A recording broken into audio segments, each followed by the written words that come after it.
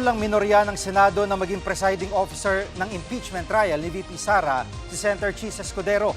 Ayon kay Senator Robin Padilla, haharangin nila ito.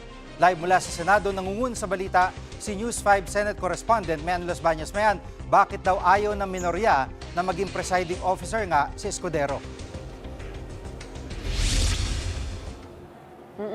Jiggy, alam mo, mahigit 2 linggo na lang simula na yung impeachment trial para kay Vice President Sara Duterte at tila wala pa ring pinal na desisyon sino ba talaga yung magpe-preside sa paglilitis na yan para kay VP Sara Duterte. At para kung kanina, nakausap ko si Senator Robin Padilla na bahagi ng minority bloc. Kung sila daw ang tatanungin, dapat si Senate President Win Gatchalian ang mag-preside ng impeachment trial na yan. Buwabase lamang daw sila sa kung ano ang sinasabi ng konstitusyon. Pero alam mo, Jiggy, tinignan din talaga natin ano ba ang nakasaad sa saligang batas. Ang malinaw, Jiggy, ay Chief Justice ang presiding officer ng impeachment trial kapag Pangulo ang nililitis. Malinaw din sa ating saligang batas na ang Senado ang may solong otoridad at kapangyarihan na maglitis sa anumang impeachment case ng kahit sinong impeachable o ini-impeach na opisyal. Pero tila silent kasi, Jiggy, o walang malinaw na sinasabi ang konstitusyon sa kung sino dapat ang maging presiding officer kapag ang ini-impeach ay Vice President pababa. Kaya nga ang sinasabi ay pwede raw talagang baguhin yan sa loob lamang noong impeachment rules. Pero para nga kay Senator Robin Padilla, para sa kanila, ang dapat na mag-preside dyan sa impeachment trial na yan ay mismong si Senate President Win Gatchalian. Kanina, umatin si Senate President Win Gatchalian doon sa film viewing ng isang dokumentaryo na dinirect mismo ni Senator Robin Padilla. At nang nakausap natin si Senator Padilla, sabi niya, handa sila sa minorya na harangin sakaling may mag-move from majority bloc na mag-elect ng ibang senador para mag-preside ng impeachment trial maliban kay Senate President Win Gatchalian. Pakinggan natin ang pahayag ni Senator Robin Padilla. Kailangan namin yung opposition bilang kami ay minorya. Bilang kami, trabaho namin yun. Hindi ibig sabihin nag-aaway kami. Pero dapat natin tanungin kung papayag ba si Win, si SP Win. Kasi sa konstitusyon, ang nakalagay doon, ang dapat mag-preside, ang Senate President. Siguro, napakalaking parang issue yan para kay Win, para siya ay palitan sa oras na yon. Ang konstitusyon malinaw na siya dapat.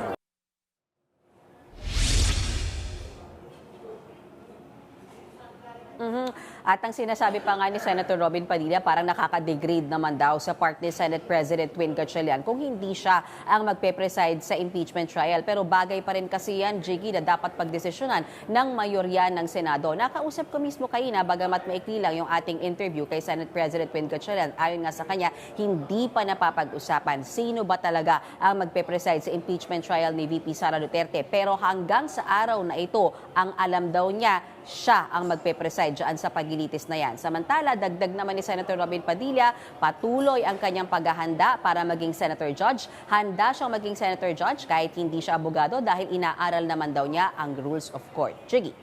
At sinasabi nga niya SP Win Gatchalian, na parang gagawin niya lahat ng kanya makakaya para mag-preside kahit hindi siya abogado. Yun yung pinag-uusapan nung last week pa. Sa ibang usapin, parang papayagan yung tinatawag na surprise witness dito sa impeachment trial. Tama ba? Yes, Jiggy, dagdagan ko lang yung sinabi mo. Kasi nga, di ba, ang nagiging basihan, bakit lumulutang yung pangalan ni Senator Chis Escudero para posibleng ihalal bilang presiding officer, dahil una, abogado siya. Pangalawa, meron na siyang experience sa impeachment trial noon ng namayapang si Chief Justice Renato Corona. Pero nung tanungin ko nga mismo si Senate President Win Gatchalian, sabi niya kaya niya mag-preside kahit pa non-lawyer siya. So pumunta tayo doon sa tanong mo, doon sa surprise witness. Tama ka, pwedeng mag-present na sila sabing quote-unquote surprise witness. Hindi kasi masyadong surprise yung pagiging surprise witness. Kasi ayon sa pagpapaliwanag ni Attorney o ni Senate Secretary Renato Bantug, dapat kasi itong nangyayari ngayon na pre-trial conference, nilalatag na dyan lahat ng mga documentary evidence at yung listahan ng mga witness na ipapatawag sa mismong paglilitis. Pero kung sakali, Jiggy, na dumating yung impeachment trial at biglang may kailangan silang patayuin na witness na wala doon sa isinumite nila sa pre-trial order, pwede,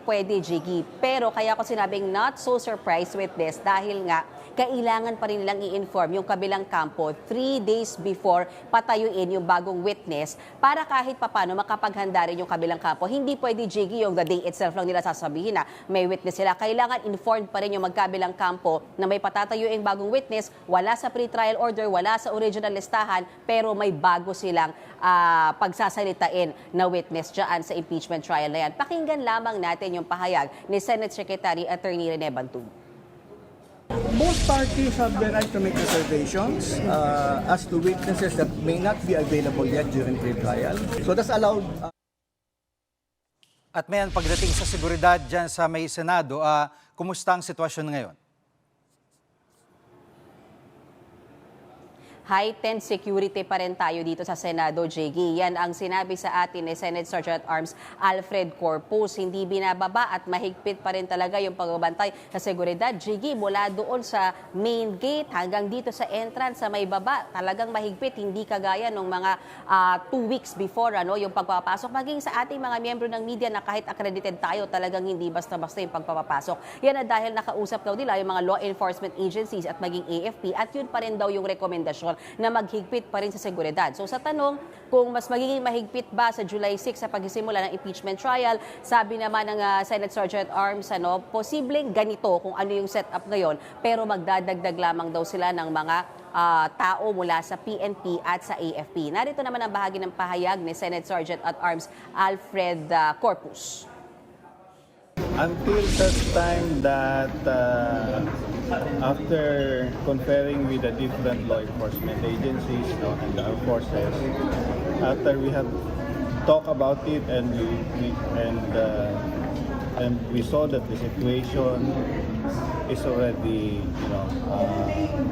normalized na then that's the time that we may consider to lower our security level. Jiggy, yan muna ang latest mula dito sa Senado. Balik sa'yo. Maraming salamat, Mayan Los Baños. Mga kapatid, Jiggy Manikad po. Pagdating sa mahalagang balita sa loob at labas ng bansa, dapat una sa lahat, mag-follow at mag-subscribe na sa social media pages ng News 5.